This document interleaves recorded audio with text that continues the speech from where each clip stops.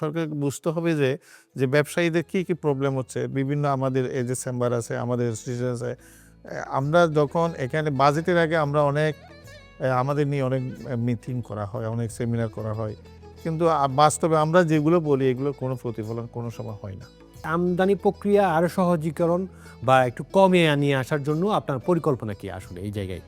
আমার পরিকল্পনা করলে তো হবে না, সরকারকে পরিকল্পনা করতে হবে। সরকারকে বুঝতে হবে যে, ব্যবসায়ীদের কি প্রবলেম হচ্ছে। বিভিন্ন আমাদের এই যে চেম্বার আছে, আমাদের অ্যাসোসিয়েশন আছে।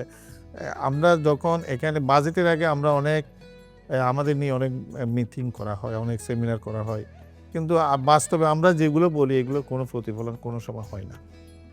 সুতরাং আমরা পরিকল্পনা করলে যে এটা বাস্তবায়ন হবে সেটা না। এমনি আপনার দৃষ্টিকোণ থেকে আমদানি প্রক্রিয়া সহজ করার জন্য কি করা প্রয়োজন আপনার দৃষ্টিতে? ১ নম্বর হলো আপনার ব্যাংকিং সেক্টর থেকে সহযোগিতা আসা দরকার। তারপর হলো আপনার কাস্টমসে যেটা প্রবলেম হয় যে ট্যারিফ বাড়িয়ে দেওয়া, হঠাৎ করে আপনার বিভিন্ন ধরনের এই যে ট্যাক্সের উপরে আপনার ধরেন আমাদের আমরা একটা ইনভয়েস পেল $500 এটাকে আমরা লোড করে এটাকে $700 পর্যন্ত নিয়ে যাই।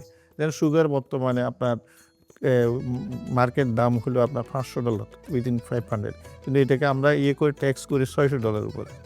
তো এই যে এই জিনিসগুলো চলে যেতে হবে। এগুলো থাকলে তো কোনোদিন আপনি ইম্পোর্ট করে ফত্তা হবে না। আপনি জানেন বর্তমানে ২-৩টে সুগার মিল কিন্তু বাংলাদেশ বন্ধ হয়ে গেছে। ৩-৪টে সুগার মিল। ৪টে সুগার মিল বন্ধ হয়ে গেছে, কিন্তু আমাদের ডিউটি যদি এটা স্ট্রাকচার ঠিক না করি আমরা, এমন যদি আমরা ট্যারিফ যদি ঠিক না করি, তাহলে সুগারের দাম সামনে আরও অনেক বৃদ্ধি পাবে।